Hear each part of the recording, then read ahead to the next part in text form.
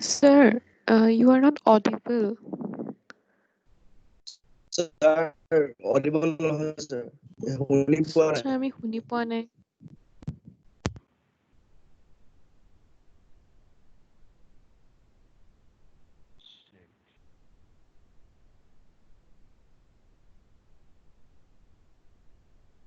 Am I audible now?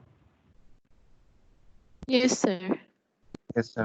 Yes, So sir. we were talking about classifications, and we have Yes, in sir. supervised learning, and in the supervised learning we have two categories of algorithms. One is classification and other is regressions. The difference between them we have already gone through in one of our previous lecture. Okay, classification, which actually deals with try to find some class levels, and regressions, which you deal with try to find out some real value, right? Like dollars, weight. So these two, classification and regressions, comes under supervised learning. Now I come to the algorithm of the first algorithm that I'm going to show you. That is the name-based classification algorithm.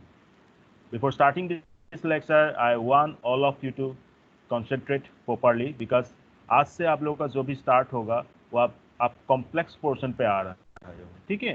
This will be the complex portion will be started from right today. Your very much serious attention will be needed to understand these topics.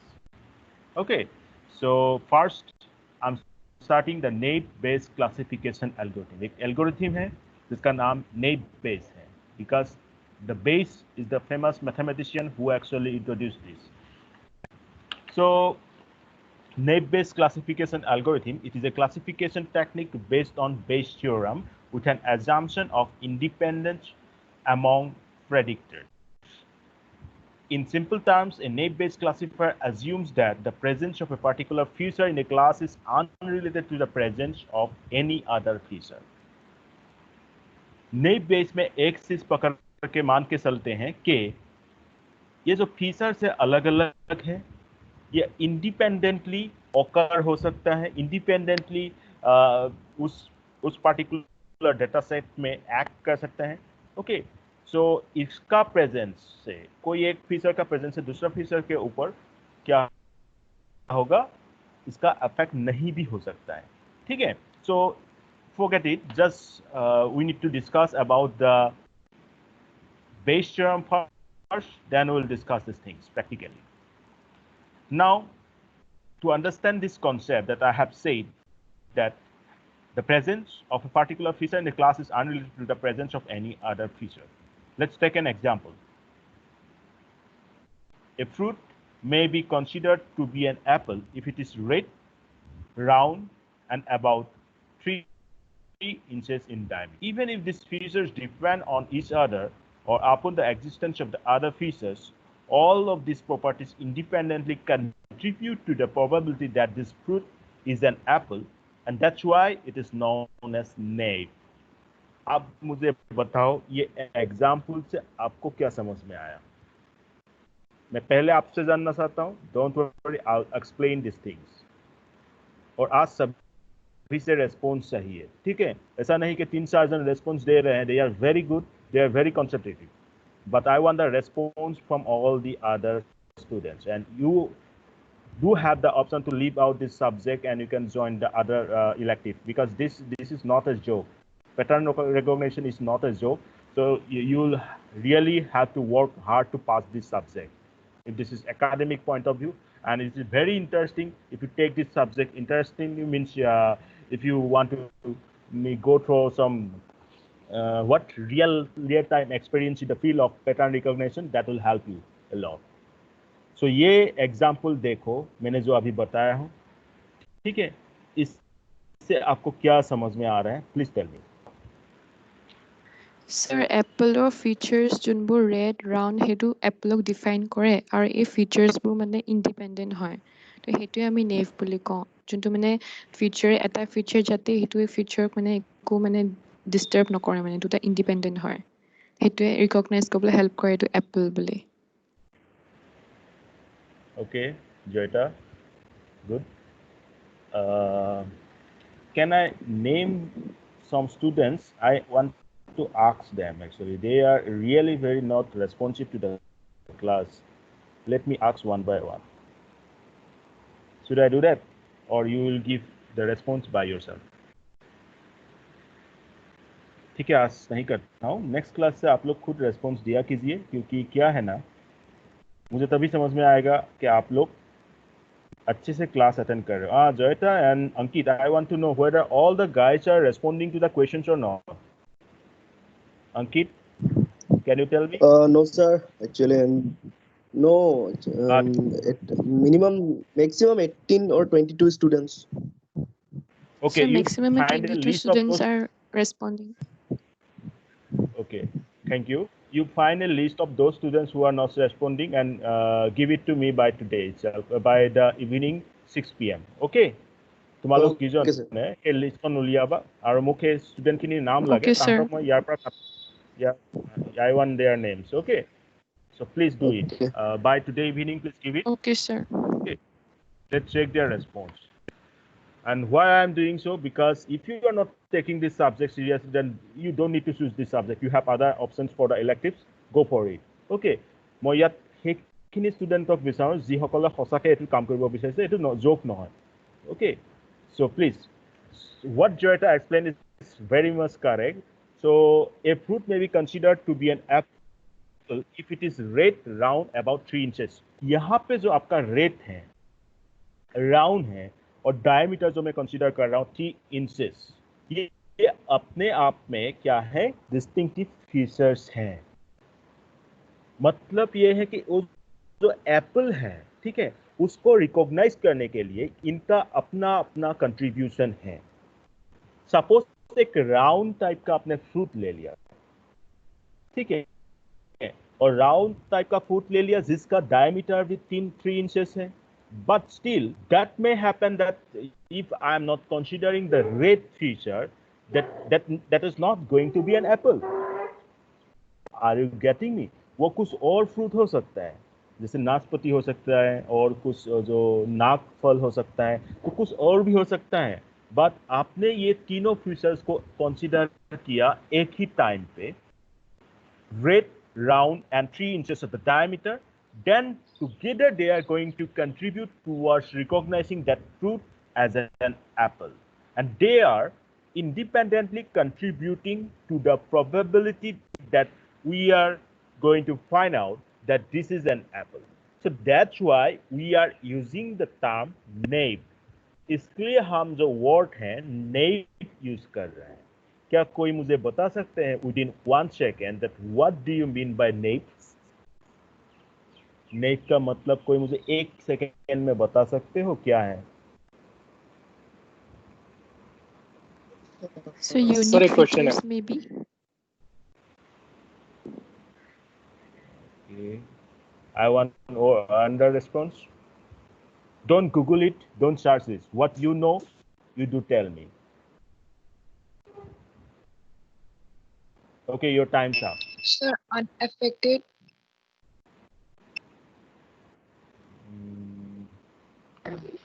ठीक है, but sir एक question है मेरा.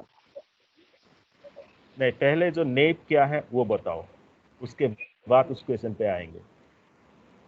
इतना time जो है लगना नहीं सही था. This is the what I am asking, the simple English meaning of the word nape. Nape का मतलब क्या है, मैं यही पूछ रहा था, but I didn't get it. या नेचुरल, असली, मतलब होगा ही. मतलब फॉर एग्जांपल जो एप्पल लिखा है जो फ्रूट होगा ही, वो सब्जी नहीं होगी. good try, but actually still I'm not getting the correct response. That's why I'm asking. But thank you, at least you have tried. Very good things. That is a very good thing. So easy to influence? No, not correct. Naive का मतलब अभी मैं बता देता हूँ, क्योंकि समय सीमा समाप्त हो गया है. ठीक है, you have already cross the time limit. इतना टाइम कोई भी एग्जाम में दिया नहीं जाता. You will get only 20 to 30 seconds. So naive का मतलब है क्या है, you are very new to this field, you don't know anything. ये मान के चलते हैं कि हाँ ये अलग है, और इसमें वो सारे खूबी नहीं है जो जिसके जरिए हम ये कर सकते हैं कि उससे कुछ रिट्रीव कर पाए। नेव, यू आर नेव, पूरा नए हो इस चीज में। और यहाँ पे ये टर्म क्यों है, क्योंकि जो फीचर्स है जो इंडिपेंडेंट हैं, ठीक है, एक दूसरे को ये नेव मान के चल रहा है। हाँ, मैं नहीं जानता हूँ तुम क्या हो, तुम हो ना, तुम राउंड हो, तुम 3 इंचेस डायमीटर हो, I don't care about that, I am naive to that. मैं ये जानता हूँ कि मैं रेड हूँ, I don't mind others business. इसलिए ये वर्ड नेव हम यहाँ पे यूज करते हैं। Are you getting me? Because this independent property of the features that they are considering with respect to others bring the term nape to use before this algorithm. Now you tell me whether this term nape is clear to you or not. Yes, sir. Yes, sir. Very good. ठीक है? Now, nape-based model is easy to build and particularly useful for very large data set. इसमें पूरा note down करके रखो। Nap-based model किसके लिए important है, किसके लिए यूजफुल है? It is useful for very large data set. मैं क्या कम डाटा पॉइंट्स वाला डाटा सेट को कंसीडर नहीं करूंगा जब मैं नेप बेस्ड यूज करने जा रहा हूं। ठीक है, along with simplicity, NetBase is known to outperform even highly sophisticated classification models. Bayes' theorem provides a way of calculating the posterior probability PCX from PC, PX and PXC. Now, मैंने जैसे कहा आप लोगों को, ये NetBase theorem क्या है? एक क्लासिफिकेशन एल्गोरिथम है, राइट? इसके बाद मैंने आप लोगों को समझाया कि इसका कैरेक्टरिस्टिक्स क्या है, ये जो फीचर्स को इंडिपेंडेंट मान के चल रहा है, इसलिए नेप वर्ड हम यहाँ पे अप्लाई कर रहे हैं। सेकेंड चीज, यहाँ पे बेस नाम के एक वर्ड यूज किया हूं, जो मैंने पहले ही बोल दिया था, एक मैथमेटिशियन स्टैटिस्टिशियन है जिसके नाम पे ये एल्गोरिथम का नाम रखा गया है, राइट? अब देखते हैं कि ये बेस थ्योरम क्या है। Can I move ahead? Yes, sir. क्या मैं आगे बढ़ सकता हूँ? Yes, sir. Yes, sir. Yes, sir. Sir, So Fayaz this is is waiting Bayes' in theorem. student. Who?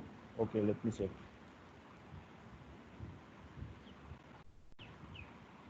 Loba.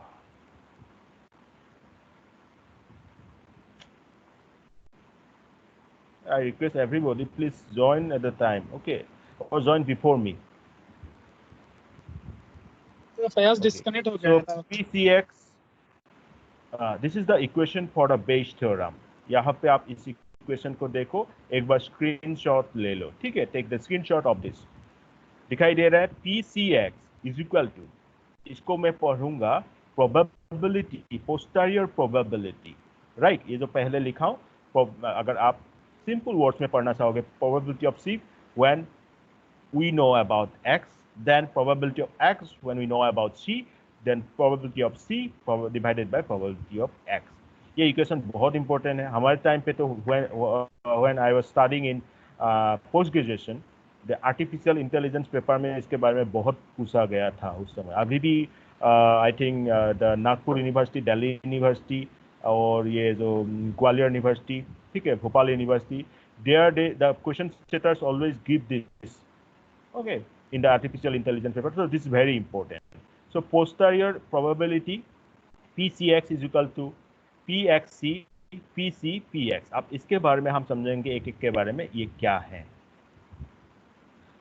ये जो PCX है लिखा है हमने, this is the posterior probability of class C target given predictor X attributes.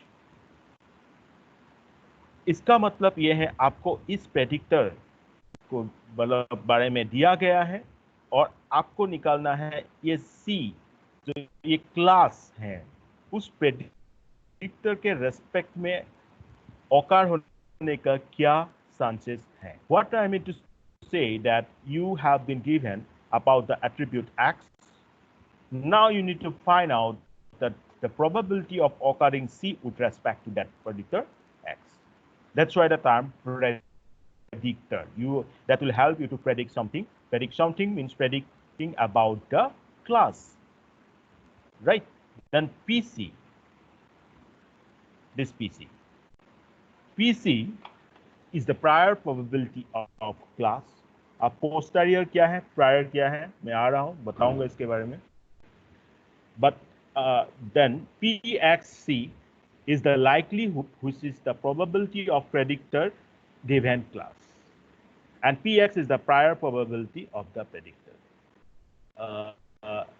Anybody of you, just frankly tell me, have you got this during your graduation about this Bayes theorem? Forget about the classification algorithm. This equation, have you got it before? क्या पहले मिला था आपको? No, sir. Okay, no problem. तो देखो, मैं आप simple terms में समझाऊंगा. Forget about the textual basis.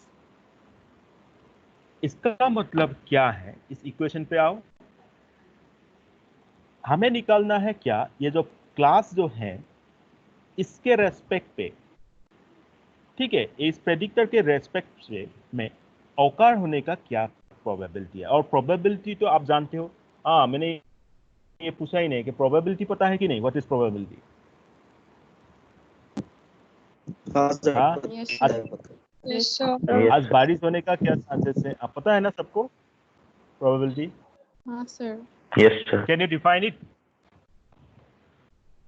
कोई डिफाइन कर सकते हैं प्रोबेबिलिटी क्या है? 1/2. क्या 1/2? प्रोबेबिलिटी में हो प्रोबेबिलिटी के बारे सकता है और या तो नहीं. Sir, chances of occurrence. Chances of occurrence. यार देखो, यहाँ पे मैं बाइनरी की बात नहीं कर रहा हूँ, यहाँ पे वैल्यू की बात कर रहा हूँ. ठीक है, प्रोबेबिलिटी मतलब देखो, मैं बोल रहा हूँ कि हाँ बारिश होने का चांसेस इतना % है, ऐसे बोलता हूँ कि नहीं. বৰষুণ অহাৰ চান্সেছ 60% আছে. ছাতিটো লগত লৈ আহা. Bring the umbrella with you. There is a 60% chance of the raining. We used to say like that, right or wrong? हम ऐसा बोलते हैं कि नहीं? Yes, sir. Yes, sir. Yes, sir. ठीक है, तो ये हम कैसे बोलते हैं, मतलब क्या कुछ कुछ इसका इक्वेशन है प्रोबेबिलिटी का?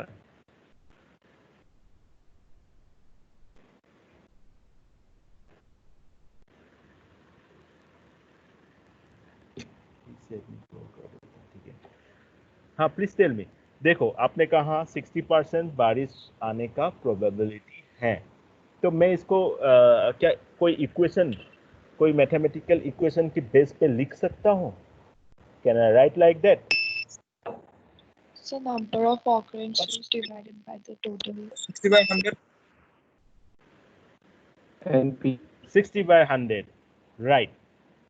इससे आंसर मिल जाएगा कि आप उसको मैथमेटिकली कैसे लिखोगे. क्या बता सकते हो? चलो मैं ही बता देता हूँ, लंबा नहीं खींचते हम इस चीज को. तो कितना नंबर ऑफ ऑकरेंस उस पार्टिकुलर ऑब्जेक्ट का हो रहा है divided by total number of occurrence. जैसे मैंने 60% कहा, इसका मतलब क्या है, ये रेनिंग कितना आ रहा है, सपोज 60, और हमारा ओवरऑल क्या है, कितने नंबर ऑफ अपीयरेंस हो सकता है, total 100. So that's why 60/100. So means to say that the number of that particular objects, that particular events occurring divided by total number of that. Right? इसी को हम probability बोलते हैं. आप probability का concept समझ में आ गया? अब आता हूं मैं फिर से आपका इस चीज में. आप यहाँ पे देखो, यहाँ क्या कर रहे हैं, posterior probability. ठीक है, posterior probability है. उसके बाद हमने Px लिखा है, प्रायर प्रोबेबिलिटी है, और नॉर्मल ये प्रोबेबिलिटी है. इसका मतलब ये है, आपको प्रायर प्रोबेबिलिटी के बारे में आइडिया है, और साथ में जो वो क्लास जिसको हम प्रेडिक्ट करना चाह रहे हैं, ठीक है, उसका प्रोबेबिलिटी के बारे में आइडिया है, डिवाइडेड बाय Px. मतलब वो जो इंडिविजुअल प्रेडिक्टर है जिसके रेस्पेक्ट पे आप क्लास का प्रोबेबिलिटी कैलकुलेट करने जा रहे हो, उसका इंडिविजुअल प्रोबेबिलिटी के बारे में पता है. इसका मतलब ये हो रहा है, अगर मैं एक सिंपल सा एग्जांपल दूं कि पूरे हफ्ते क्या हो रहा है, 5 दिन बारिश हुआ. आपने जो 6 डे हैं, 6 डे में आप प्रेडिक्ट करना चाह रहे हो कि बारिश होगी या नहीं।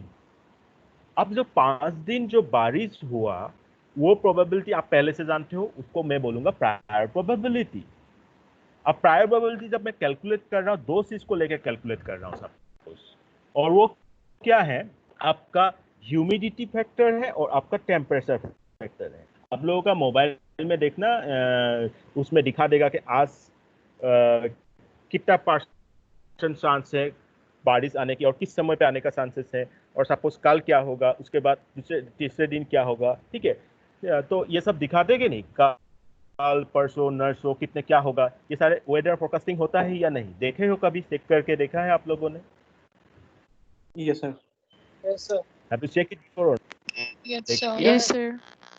तो ये आप जैसा लोग ही करते हो, इसमें कुछ नहीं, आपको सिर्फ प्रोबेबिलिटी लगाना है और प्रेडिक्टर, जैसे मैंने क्या कहा, ह्यूमिडिटी ज्यादा है, टेम्परेचर कम है या टेम्परेचर ज्यादा है, ठीक है। तो ये दोनों चीजों को लेके और पिछला जो रिकॉर्ड है, इससे मैं ये प्रेडिक्ट कर सकता हूँ कि कल क्या बारिश होगी या नहीं, और कब होगा, कितना % होने का चांसेस है, and what is the centimetre of the rain that will be actually that will be occurring tomorrow, right? So यही चीज में करने के लिए क्या किया, naive Bayes theorem suppose apply किया। मुझे पता है कि पिछले 5 दिन में क्या रिकॉर्ड है, प्रायर प्रोबेबिलिटी में जानता हूँ कि जब ह्यूमिडिटी ज्यादा था तब बारिश मतलब हुआ या नहीं, बारिश हुई या नहीं, ठीक है। और सेकंड, उसके बाद आपने ह्यूमिडिटी कितना हो रहा है वो भी आप कैलकुलेट कर सकते हो, उसका प्रोबेबिलिटी देख सकते हो। उसके बाद टेम्परेचर बढ़ने का एक फैक्टर भी आपने कंसीडर किया, प्रेडिक्टर, तो टेम्परेचर बढ़ने से क्या बारिश आने का चांसेस ज्यादा रहता है।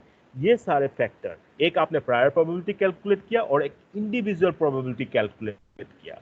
जब यहाँ पे मैं ह्यूमिडिटी और बारिश होने का ले रहा हूँ, सपोज ये जो है ये कैलकुलेट करेगा कि पिछले 5 दिन में क्या प्रायर प्रोबेबिलिटी रहा।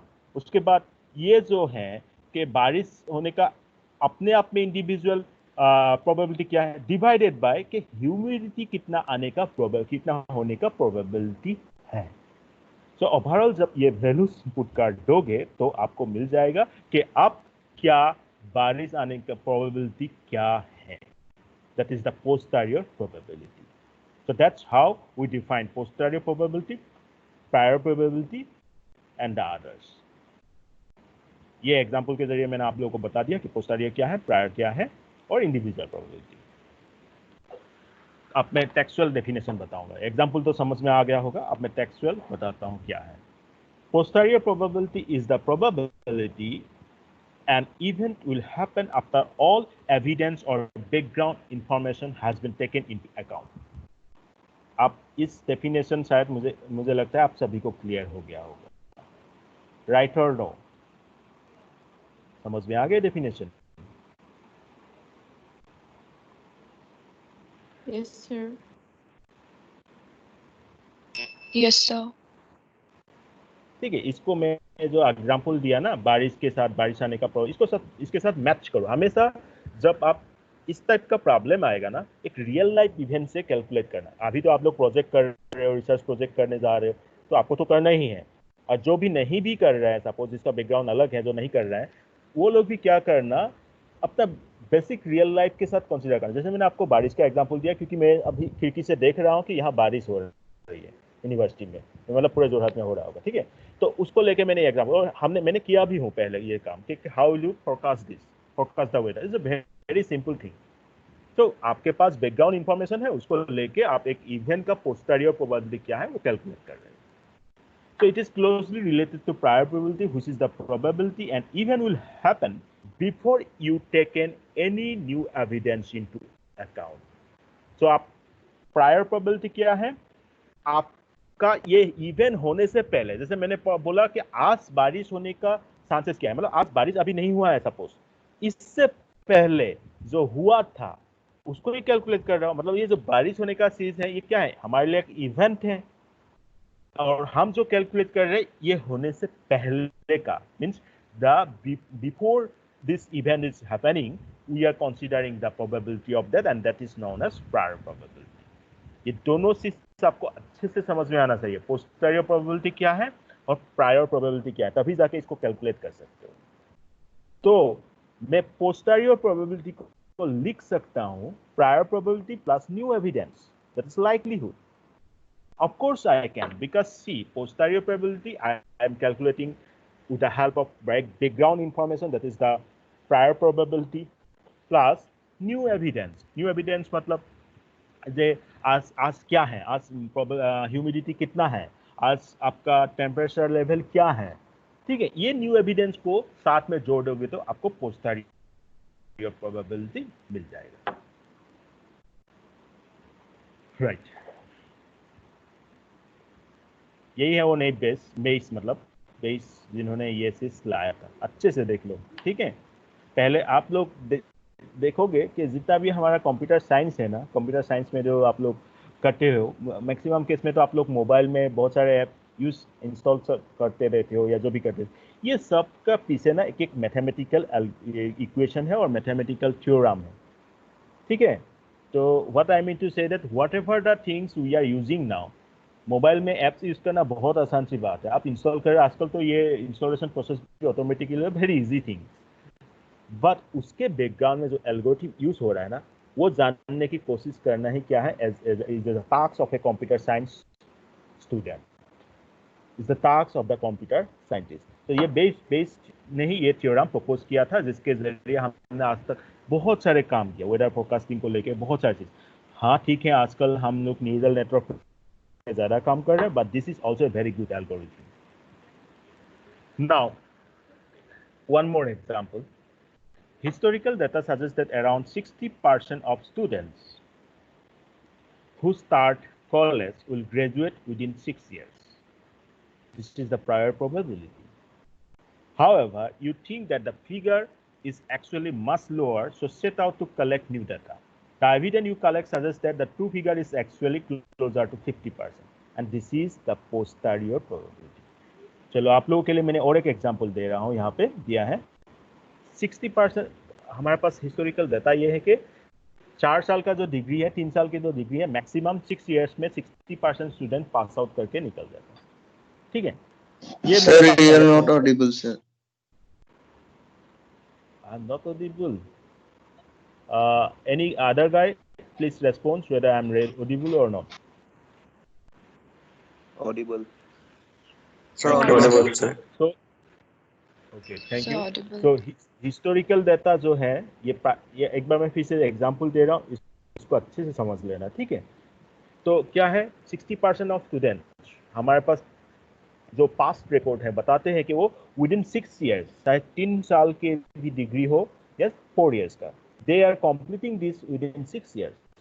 सो this fact we already have, this is the prior probability. क्योंकि मैं यहाँ पे 60% लिख रहा हूँ और वो वेरी करेगा, ऐसा नहीं है. मैंने पहले ही आप लोगों को बताया था the difference between mathematics and statistics.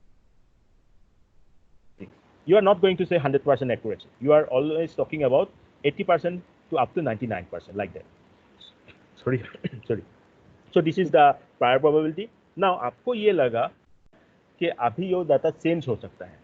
अभी ऐसा हो सकता है क्योंकि आजकल तो सपोज ये डाटा बढ़ भी सकता है. बहुत लोग ऐसे पास हो रहे हैं क्योंकि आजकल असाइनमेंट वगैरह का भी मार्क्स मिल जाता है. तो various other things are there.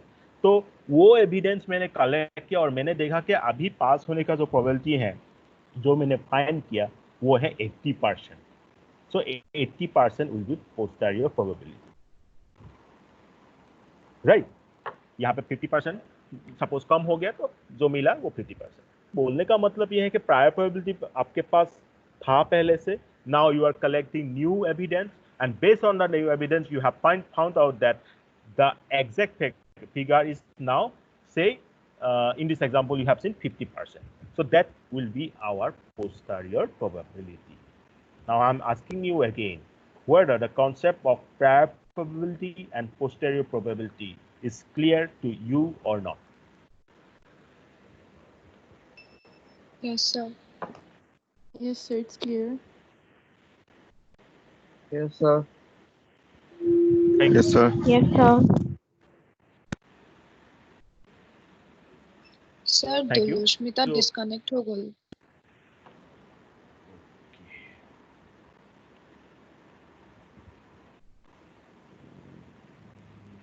No one is waiting here. Origin of the terms, अब थोड़ा सा हिस्ट्री पढ़ लेते हैं, ठीक है? कि ये वर्ड्स कहाँ से आए हैं, ये फिर से एक बार देखते हैं, ठीक है? The words posterior and prior come from the Latin A priori, ठीक? ये जो वर्ड है एक लैटिन वर्ड से आया है, ए प्रायरी, जिसका मतलब है, ए प्रायरी का मतलब क्या है? Relating to what can be known through an understanding of how certain things work, that is a hypothesis rather than by observation, ठीक है? एक जन ने कहा था छोड़ो, बस ये ध्यान रखो ये क्या कहा है। इसका मतलब है कुछ चीज होने का चांसेस क्या है, आप एक हाइपोथेसिस के ऊपर बेस करें, क्योंकि हमने एक हाइपोथेसिस मतलब हमने कंसीडर जो किया है उसके ऊपर बेसिस करके फाइंड आउट कर रहे हैं। अब ये ए प्रायरी का ऑफ कोर्स अपोजिट वर्ड होगा पोस्टीरियरी, मतलब relating to what can be known by observation rather than for an understanding of how certain things, जिसको हम निकालने की कोशिश करते हैं। पोस्टीरियर हम निकाल रहे हैं क्योंकि पहले प्रायर था जो हमने क्या किया, हाइपोथेसिस करके लिया, हाँ इतनी % पास हो रहा है क्योंकि पास का देता है हमारे पास ये है।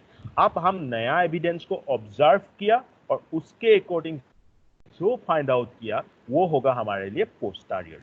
ये दोनों ही टर्म हमें कहाँ से मिला है, लैटिन वर्ड्स, ठीक है? सो अब आते हैं ये कौन से पोस्टीरियर, अगर प्रायर समझ में आ गया तो इसी का ही एकदम एक रेलिवेंट वर्ड है posterior distribution. Same thing, posterior distribution is a way to summarize what we know about uncertain quantities in Bayesian analysis. It is a combination of prior distribution and a likelihood function, which tells you what information is contained in your observed data. In other words, the posterior distribution summarizes what you know after the data has been observed. The summary of the evidence from the new observation is the likelihood function. So overall, posterior distribution is equal to prior distribution, prior distribution plus likelihood function. ठीक है, आप यहाँ पे देखो एकदम same चीज है जो हमने पोस्टीरियर प्रोबेबिलिटी और प्रायर प्रोबेबिलिटी के बारे में कहा आप लोगों को, ठीक है? क्या है पोस्टीरियर डिस्ट्रीब्यूशन को हम बोल सकते हैं कि जो आपने अभी देखा कैसे ऑब्जर्व करके वो हो गया आपका पोस्टीरियर, और प्रायर जो आपने बैकग्राउंड इंफॉर्मेशन के बेसिस पे हाइपोथेसिस किया मतलब एज्यूम किया वो हो गया प्रायर। सो पोस्टीरियर डिस्ट्रीब्यूशन को हम कैसे लिख सकते हैं, प्रायर डिस्ट्रीब्यूशन जो पास्ट, सिंपल वर्ड में आप समझ लो past record plus likelihood function, मतलब क्या है, आप एक नया एविडेंस कलेक्ट कर रहे हो। पहले आपने कंसीडर किया था सपोज ह्यूमिडिटी वाला वेदर फोरकास्टिंग में, अभी आप टेम्परेचर को भी साथ में लेके एक नया एविडेंस कलेक्ट कर रहे हो और उसको भी यहाँ पे जोड़ के जो चीज मिला है वो हो गया पोस्टीरियर डिस्ट्रीब्यूशन, ठीक है? अब ये चीज याद रखना, posterior distribution is equal to prior distribution plus likelihood function.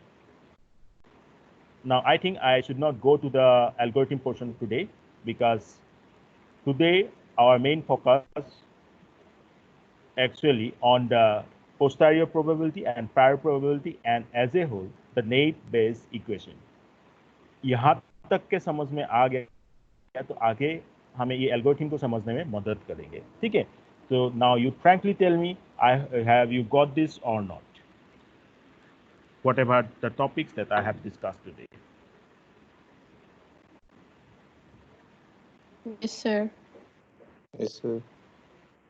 ठीक है? Yes, Yes, sir. sir. आज Yes, sir. Yes, sir. Yes, sir.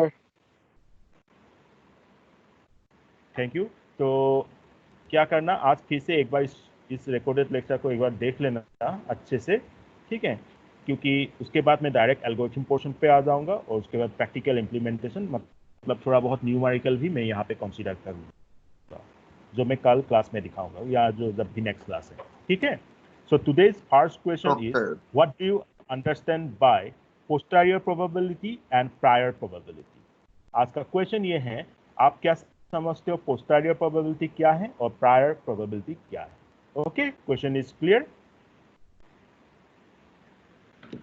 So what? Yes, sir. Yes, sir. Yes, sir. Posterior probability and prior probability. You need to talk about, you need to write something about them. Okay, so that's all for today. Thank you. Okay, thank Yes, you, sir. sir. Thank you, sir.